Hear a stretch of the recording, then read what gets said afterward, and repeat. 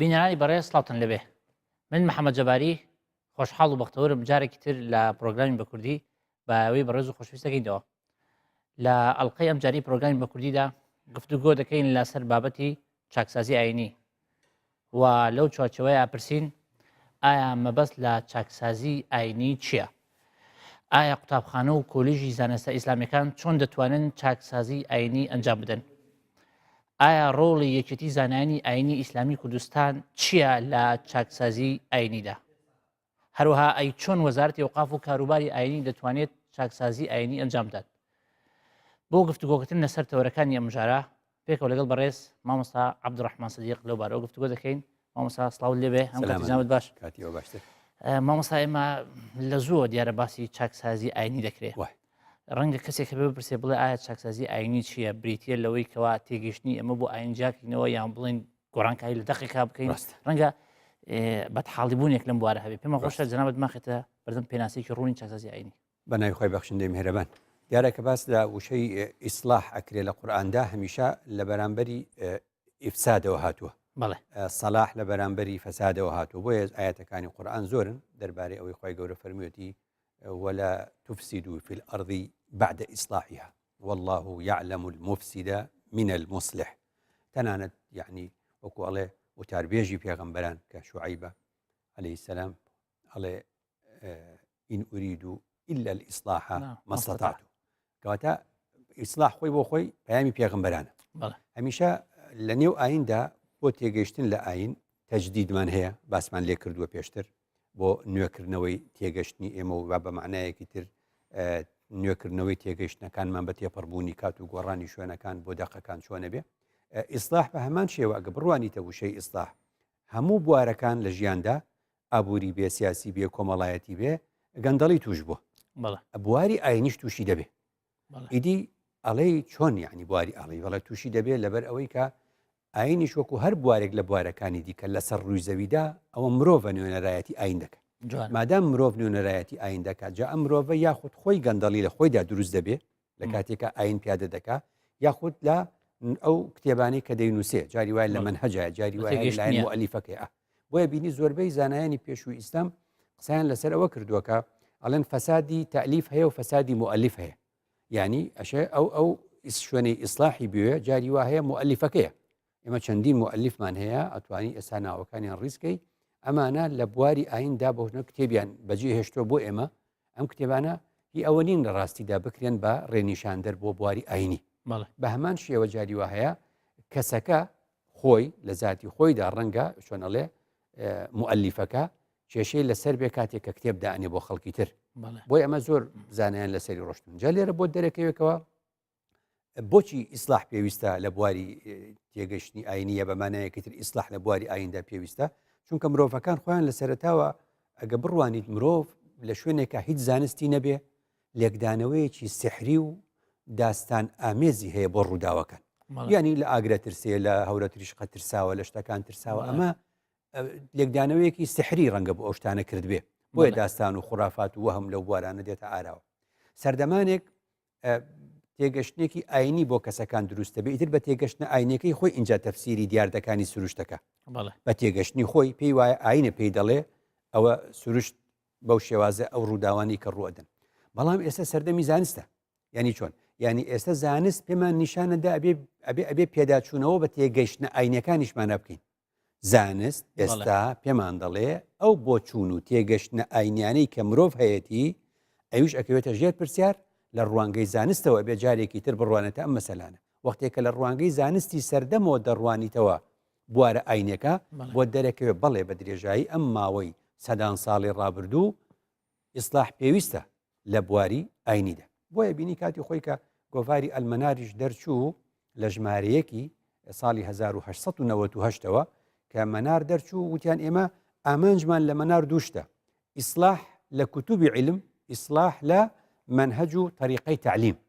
کەواتە ئەو کات لە 1998ەوە هەستیان پێی کردووە دوو بوار پێویستی بە ئیسلاحە، پێویستی بە چاکسازیە. یەکێکیان بریتە لە کوتوب العلم. ئەم کتابانەی کە پێی دەوترێت کتێبی زانستە ئیسلامیەکان، کتێبەکان پێویستیان بە ئیسلاحە. کتێبەکان پێویستیان بە ئیسلاحە چون کەشتی هەڵەیان تێدایە. چون کەشتیان تێدایە بۆ سەردەمی خۆی گوتراوە با بەلای کەمەوە بڵین شتیان تایە بۆ شوێنێکی تر گوتراوە شتیان تایە هەڵێ ئەبێت چاکرێ خاڵی دووەم مەنار ئەڵێ هۆکاری هاتنە ئارای گۆڤاری مەنار لە پێناوی ئەو ئیسلاحەیە لە بواری چی لە بواری منهج یاخود طریقەی تعلیم یعنی بێ بە چ شێوازێک ئێمە زانستە ئاینەکان بە خەڵک بڵێنەوە من نا ئەوانەی کە ئەو کارە ئەکەن ئەبێ ئەو بوارەش جارێکی تر گۆڕانکاری بەسەرا بێتەوە بە تەلقین نەبێ ئیدی نابێت کەسێک دانیشێ و وەکو فەقی زوو لە بەردەمی مامۆستا و مەلایە دائنیشت پیانەوت نۆرە بەڵێ یعنی ئەمڕۆ تۆ 5 فەقێ لێرەیە ئەمڕۆ من بەس قسە ئەەکەم تو هەر ئەو فەقێ بەس ئەیگوت بڵێ گوت بۆچی بۆی مامۆستاکە بتوانێت قسەکانی بکاتەوە ئێستا خەڵک پرسیاری هەیە ئێستا وەکو چۆن ئەڵێ فەقیەکان پرسیاریان هەیە لەبەرەوەی کەوا زانستی سەردەم زانستێکە فراوان بۆ جا محەممەد عەبدا کە زۆر مناسبەی تر باسمان کرد وتمان شێخ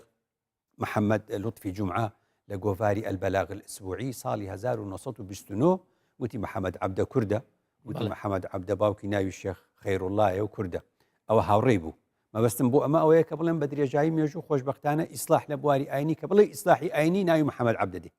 محەممەد عەبدەش خۆشببختانە هاوڕێکانی خۆی لە 1929 بۆ ئێمەیان نووسیوە لە بەلاغ الئسبوعیە کە ئەو پیاوە کوردە و لە بنەماڵەوە کوردە محەممەد عەبدە قسەیەکی ئەو کاتی هەیە ئەڵێ خوێندن بە طریقەی جامیعەی زەیتونە باشترە لە جامیعەی ئەزهەر ئەوە ئێستش بۆ دەرەکەوێت تێگەیشتنی ئاینی تونس پێشکەوتوترە لە تێگەشتنی ئاینی مسر ئەبینی ینی حاڵەتێک کە تیایدا ئاین بە شێوازێکی باشتر لەوانی دیکە ناڵم باشترینە باشتر لەوانی دیکە تونسە هۆکارەکەی ئەوەیە مەدرسەی قەیڕەوانە کە ڕێگەیدا بە تازەکردنەوە ئەزهەر دواکەوت لەو بوارە بۆیە شێخ محەممەد عەبدا بەڕەحمەت بێ ئەڵێ ئیسلاحی ئەزهەر ئیسلاح بۆ هەموو مسلمانە چونکە لەوێ وەرەگرن چەقبەستووی ئەزهەر ئەبێتە چەقبەستووی بۆ هەموو جیهانی ئیسلامی ئەو قسەیەکی جارێکی تر هەر ڕاست مامۆستا دێنە سەر بابەتێکی تر کە ئەوش ئەو لایەنەی کە ئەبێ چاکسازی بکەن دەبێ تایبەتمەند بن بن و منە قوتابخانە و کۆلیژی زانستی ئیسلامیەکەت ئەمانە چۆن ئەتوانن چاکسازی بکەن ئایا دەبێت سەرتا لە خۆڕان دەست پێ بکەن دواتر فراوانی کرد بۆ خەڵکی تر بۆ منهەج ئەو منهەجە چۆن دابنین چێ بۆیان دابنێ جوان ئەگەر خوان نتوان ئەو چاکسازی بکەن چی بتوان ئەو چاکسازیان بۆ بکە بڕوانە با لە قوتابخانە ئاینەکانەوە دەست پێ لە کوردستاندا ئێمە قوتابخانەی خوێندنی ئیسلامیمان هەبوو وانێ سەر بە وەزارەتی ئەوقاف بوو ئەو بابەتانەی کە ئایان خوێند ئەوە کە ئێستا باسی ئیسلاحمان کردمان ئیسلاحی مؤلیف و ئیسلاحی تەلیف یعنی دانەری ئەو کتێبە چێیە بابەتەکەی نێو کتێبەکە چیە خۆ شارەزا بووی کاتێک کە ئەو قوتابخانانە کتێبیانە خوێند کتێبەکان دانراوی دەستی خەڵکانێک بوون بە پلەی یەکەم کورد نەبوون بە پلەی دووەم هی ئەم سەردەمەش نەبوون هەندێکیان بە پلەی دووەم خەڵکی ئەم وڵاتەش نەبوون ئەو کتێبانیان دەخوێن بۆیە سوودی ئەو تویان نەدەبینی ڕەنگە زیانیشیان لێکەوت بێ کاتێکە بە پێی ئەو بڕیارەی چۆنەڵێ هاریکاری و هەماهەنگی نێوان هەرسێ وەزارەتی پەروەردە و خوێندنی باڵا و ئەوقاف کرا لیژنەیەک پێک هات بۆ گواستنەوەی خوێندنی ئیسلامی بۆ سەر وەزارەتی پەروەردە کە گواستیانەوە سەر بە وەزارەتی پەروەردە ڕێنماییەکی جوانی هەیە دەڵێ کە خوێندنی ئیسلامی لە یەکی سەرەتایی و بنەڕەتیەکەی و تا ئەگاتە شەشی ئامادەیەکەی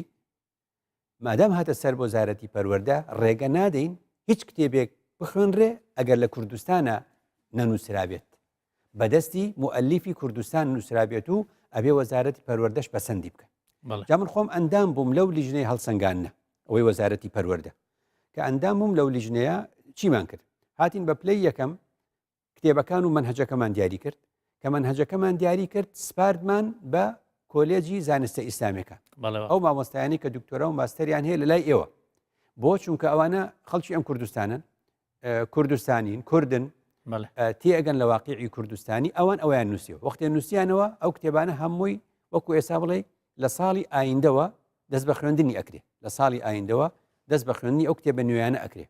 مادام دەستی پێکرێ ئەوە خراوەتە لیژنەی هەڵسەنگاندن و هەڵسەنگانی لەسەر ئەکرێ بۆ ساڵی ئایندەی خوێندن ئەوە دەخوێنرێ کەواتە ئەو کتێبانە ئێستا ئێمە تا ڕادەیەکی زۆر باشتریشی ئەوێ و چاکتری ئەکرێ و مادەم کاری مرۆڤە لە داهاتووشە هەر پێداچوونەوەی زیاتری هەر ئەوێ بەڵام ئێستا بە پلەی یەکەم دەرکەوتکەوە لە کوردستانە ئیدی پرۆگرامێک بۆ خوێندنی ئاینی نووسراوەتەوە باشیەکانی ئەمە چی بوو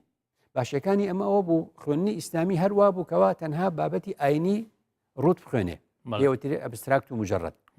ئێستا ئێمە کە ئەو لەو لیژنەیە بووین چیمان کرد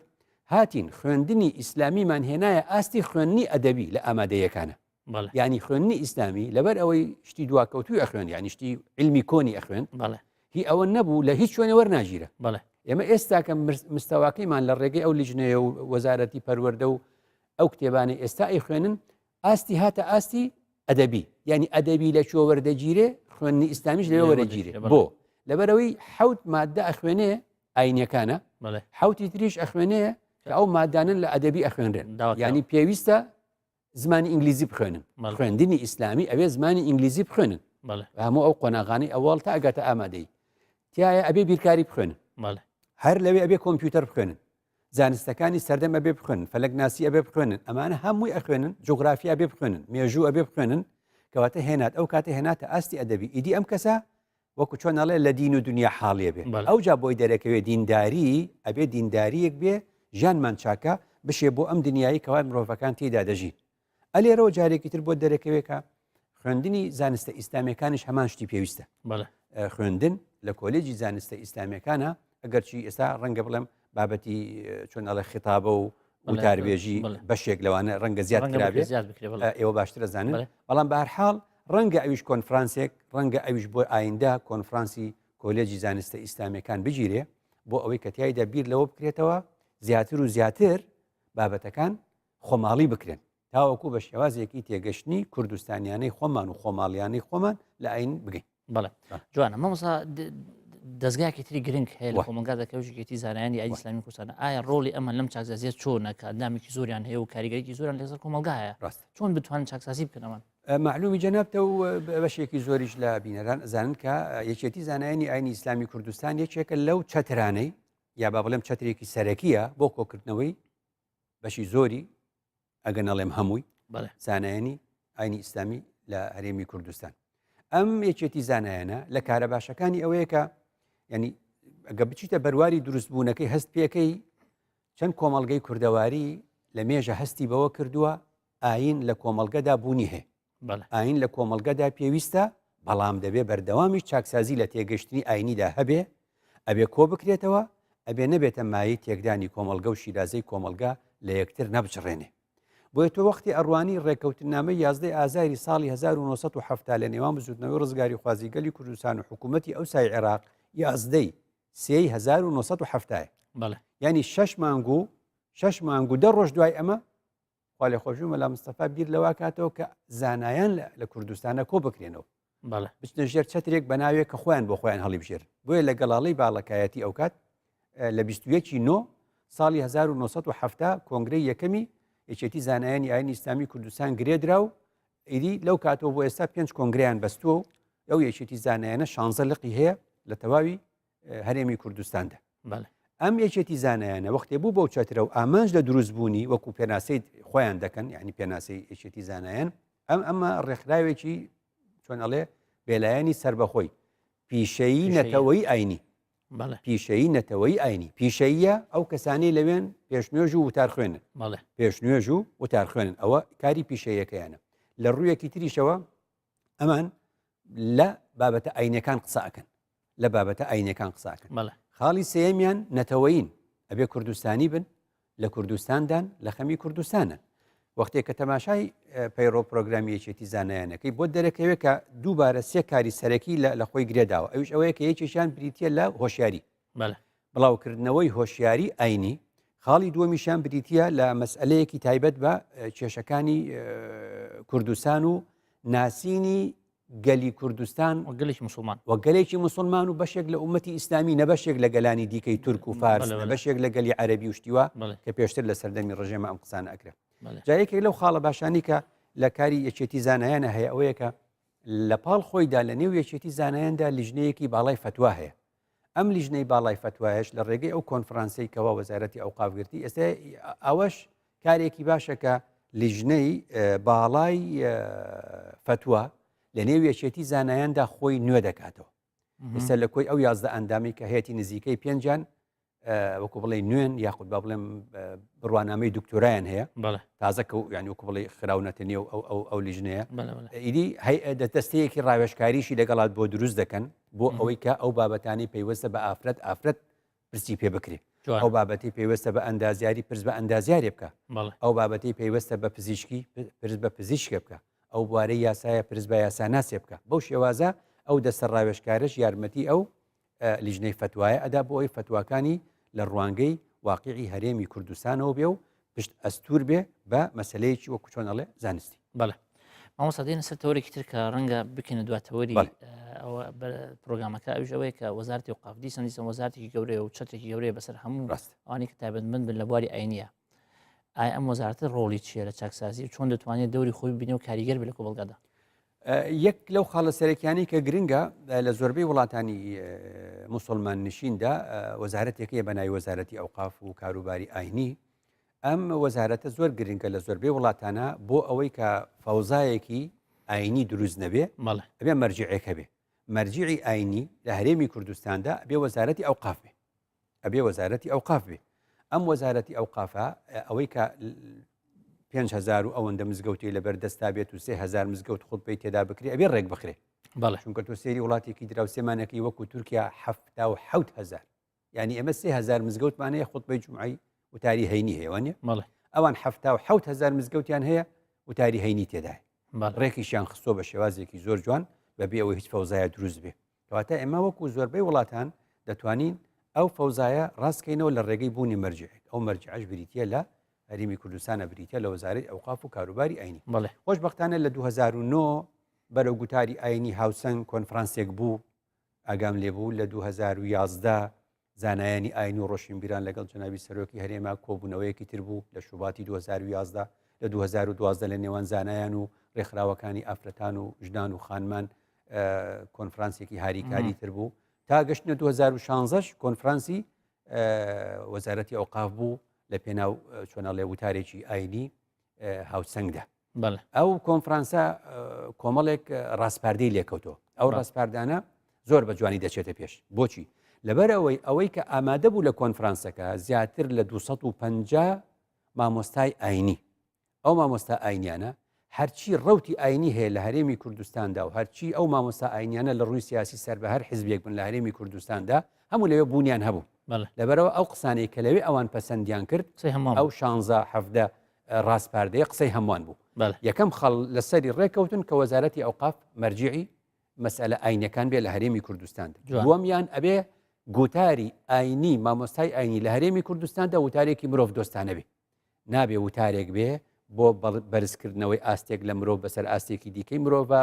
نەتەوەیەک بەسەر نەتەوەیەکە یا بە مانایەکی تر ئاینێک بەسەر ئاینەکە یان ئاینزایەک بەسەر ئاینزایەکە مرۆڤ دۆستانە دەبێ ڕنگ باتەوە ئەم مەسەلێ لە وتاری ئاینی مامۆستایانی ئاینیدا. حاڵێکی دیکە ئەوە بووکە ماڵپەڕی وەزارەتی ئەوقاف ئێستا خۆشبەختانە هەفتانە یەکێتی زانایان شتێکی وایدا هێناوە کە ناونیشانی ئەڵێ ینی بە شێوازێکی اختیاریە ئیجباری نییە ناونیشانی وەکو ئەڵێ وتاری هەینی ئەم ناونیشانە بێ بۆ ئەم هەفتەیە. بەڵام وەزارەتی ئەوقاف لە ڕێی کۆنفرانسەکەەوە هەموو ڕێککەوتن لەسەر ئەوەی کە ماڵپەڕی وەزارەتی ئەوقاف لە ڕۆژی چوارشەمەوە وەکو بڵێ ناونیشانێک بدە بەگشت وتاربێژەکانی کوردستان بۆ ئەوەی کە ناونیشانەکە وەک یەک بێ ناونیشانی وتارەکە وەک یەک بێ بۆەوەی لە هەرێمی کوردستانە ناکرێت لە یەک گەڕەچێکە ئەو لا باسی میراتەکە ئەو لا باسی چۆن بابەتێکی ژیانەکەی باسی مردنەکە وانە یەکێکی تر باسی مافی مرۆڤەکە ئەوی دیکە باسی شەڕەکە لە ئیسلامدا ئەوی دیکە باسی ئاشتیەکە یعنی ئەمە هەمووی فەوزا دروستەکە بۆ ئەوێ گەبتەوێ وەکو مامۆستایانی بواری پەروەردە مامۆستای بواری پەروەردە دەفتەری خوتەی نییە پێوترێت دەفتەری پلان بۆ هەر 52 هەفتەی ساڵێک ئەزانێت چیەکە بەو شێوازەکەواتە مامۆستای ئاینیش ئەو کاتە 52 ناونیشانی تەواوکاری لەبەر دەستدا ئەبێ و ئیشەکەشی ئاسانترە بێ. خاڵێکی دیکەوەیە کە چێ موسەلایە و چێ جامیعە یعنی کام چێ مزگەوتە و چێ مزگەوتێکە کە نوێژی جومعی هەینی تێدا ناکرێ دیاری بکرێ ئەو ژمارەی ئەو مزگەوتانش کە نزیکن لە یەکترەوە کۆ بکرێنەوە بۆ ئەوەی کە خەڵکێکی زۆر لە مزگەوتێکی دیاریکراوە بتوان کۆ ببنەوە سوودلا وەرگرتەوە. خاڵێکی تر لەو ڕاستپاردانە کە بۆ ئیسلاحی بواری ئاینی ئەوەیە کە مامۆستای ئاینی زۆری گرنگە ئاگای لە یاسابێ ئاگای لە یاساکانی نێو هەرێمی کوردستان بێ. من مامۆستای ئاینیم لەسەر مینبەر قسەیەکەڵێم ناوی تۆ بم قسەی بە خەڵکەڵێم قسە بە حکوومەتەڵێم جوێن بە خەڵکەدەم ئەبێ بزانم یاسای عقوبات و یاسای سزادانی عێراقی ئەمگرێتەوە ئەبێ بزانم یاساکانی نێو قسەیەکە کەم ئەڵێم خەتەنەکردنی کچانەکەم بە سونەت لە خۆمەوە وانە ئاخر بابە یاسای ژمارەشتی ساڵی 2011 پەرلەمانی کوردستان ئەوەی بە تاوان حساب کردووە ئەوە تۆ سزا ئەدری لەسەری کەواتە بێ بزانی یاساکانی پەرلەمانی وڵاتەکەی خۆت چین لە چ بوارێکا یاسا هەیە یاسای سزادان و یاسای تەشهیر و یاسای قەذف و یاسای ناوزڕاندنی خەڵک و کافرکردنی خەڵک ئەمە ئارەزوومەند نیتۆ ئەم قسانە بکەن ئەبێ مامۆستای ئاینی ئەگەی لە ئەو یاسایانە بێ خاڵێکی ترەوەیەکە بە کوچۆنەڵێ ڕنگدانەوەی تێگەشتنی کوردانە لە وتارەکانی مامۆستای ئاینیدا بوونی هەبێ خاڵێکی تریشان ئەوەی لە ڕاستیەکە ماوە ناماوەیەک بۆ گواستنەوەی مامۆستای ئاینی لە مزگەوتەکەی خۆی بۆ مزگەوتێکی تر بڕوە دوای ماوەیەکی تر دێتەوە مزگەوتەکەی خۆی بۆ ئەوەی کە خەڵکی ئەو گەڕک و مزگەوتە ئەوەندە تووشی ڕۆتین و بێزاری نەبن چونکەڵێن هەر مامۆستا فڵانە هەتا مردن ئەم گەڕەکان ئەویتە ئەم قسەیە ڕەنگە هەندێک کەس بڵێ ئەمە چۆن ئەبێ وابێ لە کاتێک ئەمە لە 2017 ئەم قسەیەکەین ئەو کۆنفرانسە لە 2016 ئەم قسەی کرد لە سعودیە ڕۆژنامەی ڕیاض ڕۆژنامەی ڕیاضی سعودی لە ساڵی 2007 لە مانجی دا پێشنیاری ئەوەی کردکەوە مامۆستای ئاینی لە مزگەوتێکەوە بۆ مزگەوتێکی تر بێنە گۆڕین بۆ ئەوەی خەڵکی گەڕەکەکە بێزار نەبن گۆڕانکاریەک دروست بێ خاڵێکی تر لە کۆنفرانسەکە زۆر گرنگەوەیەکە بۆ چاکسازی ئاینی مامۆستای ئاینی سەفەری وڵاتانی پێشکەوتوی پێ بکری وڵاتانی دواکەوتو نە یعنی وڵاتێکی پێشکەوتی ئەوروپا بچن بۆ ئەمریکا بچن بۆ ئەوروپا تا بزانن دنیا خەڵک چۆن ئەشی چونکە ئەگەر بێت و تۆ سەفەر نەکەی چکۆ زانایانی ئێمە گە بڕوانی نالی مەولەوی حتا ئەگەیتە زەڵمی ڕەحمەتی هەموو ئەمانە حاجی قادری کۆی پیرەمێردی نەمر هەموو ئەمانە سەفەریان کردووە لە ئەنجامی گەڕان بە وڵاتانە بۆیە ینی فکریان کراوە دوورکەوتنەوە لە چەقبەستووی ئەمە شەرێکێکە لە مەسەلەکانی کۆنفرانس بە دووادا چوون بۆ ئەم بابەتانە هەر بامان شێوە نوێکردنەوەی حوجرەکانی مزگەوت و تحفیز و لەبەرکردنی قورئان بە هەمان شێوە لە هەمووی مهمتر لە هەمووی گرنگتر کردنەوەی پەیمانگایەک بە ناوی پەیمانگای شیاندن و ڕاهێنانی وتاربێژان لە هەرێمی کوردستاندا ئەو کەسەی کە دێتە ئەوێ جگە ڕەنگاتر وەزارەتی ئەوقاف و یەکێتی زانایان خۆی ڕێچێخات چووکە من ئەندامم لەو ئینە لە لەژنەی باڵاکە ئەندامم ئاگام لەیەتی کە ئەو پەیمانگایە لە ئاستێکی دیاریکراودا مامۆستایانی وتاربێژ ئەهێنێتەوە خولێکیان پێ ئەکاتەوە لەوێ و بڕوانامەیە نەداتێ بۆ ئایندا ئەوەی بڕوانامەی ئەو پەیمانگایەی نەبێ ناتوانێت وتار بڵێت چونکە لەو پەیمانگای یەکەم شت مەقاصیدی شریعەتە خوێن و شریعەت مەقاصیدەکانی پشتی چییە پشتی ئەم شریعەتە ئەبی ئەوانە بزان لە ڕاستیدا فەنی خیتابە یعنی هوەری وتاربێژی چۆنە لەوێدا ئەی خوێنێت فقی معاصر یعنی ئەبێ بزانێت بە شێوازێکی ئەم سەردەمە چۆن ئەتوانێت قسە بۆ ئەم سەردەمە بکە فقه لەم سەردەمەدا چۆنە بێ خاڵێکی تر ئەوەیە تەجوید چکە نامێ مامۆستای ئاینی تەجویدی تەواو نەبێ ئەوەش گرنگە خاڵێکی تر پێوترێ بەڕێوەبردننی مزگەوت ئیدارەت المەساجد مزگەوت مؤسسەیە دامەزراوەیەکە وەک جاران نییە بڵێ ژوورێکە و دوو کەس نوێژی تیاکە ئەمە چۆن ئیدارە ئەکە مامۆستای ئەو مزگەوتە مزگەوتێکی بەدەستە فەنی ئیدارە هونەری بەڕێوەبردننی ئەو مزگەوتە چۆنەکە ئەو مەسلەیەکی گرنگە چۆن مامەڵە لەگەڵ دەقە ئاینەکان ئەکە چۆن ئەی خوێنێتەوە چۆن لێی تێگا لەم سەردەمەدا خاڵێکی تر کوردۆلۆژیە چۆن لە مەسلەی کورد تێگا چۆن لە کورد تێگا چۆن لە باری کۆمەڵایەتی دەرمانی کورد و ئەزمانی کوردی ئەدەبی کوردی کوردستان هەموو هەفتەیەکیش کەسێکی دیاریکرا و بهێنرێ هەفتانە لەو پەیمانگایە سیمینارێکی کراوەیان بۆ بکە بۆ ئەوەی لەگەڵ ئەوانەدا قسە بکەن هەموو ئەمانە بەیەکەوە ئەم کۆنفرانسە کە لە لیژنەی باڵای بووم و کە ئەندامی کۆنفرانسی بووم و کە ئاگام لە ڕاستپاردەکانێتی و کە دواتریش بەڕێوەبەرە گشتیەکان و بەڕێوەبەرایەتەکانی ئەوقافی سەرتاسەری هەرێمی کوردستانیان کۆ کردەوە و ئەم ڕاستپاردەیان پێگوتن بۆ ئایندا ئەمانە لە یەک بە دوایەک ئەبنە ئەو خاڵانی کە ئەتوانی بڵێ جۆرێک لە چاکسازی ئاینی لە هەرێمی کوردستانە دروست دەکەن. بەڵێ مامۆستا زۆر سپاس بۆ بۆچنەکانی جنابەت. بینرانی بەڕێز زۆر سپاس بۆ ئێوەش کە تا ئێرە بینەری پرۆگرامی بە کوردی بوون تا پرۆگرامی داهاتوو بەخواتە نەسپێرم هەر شاد.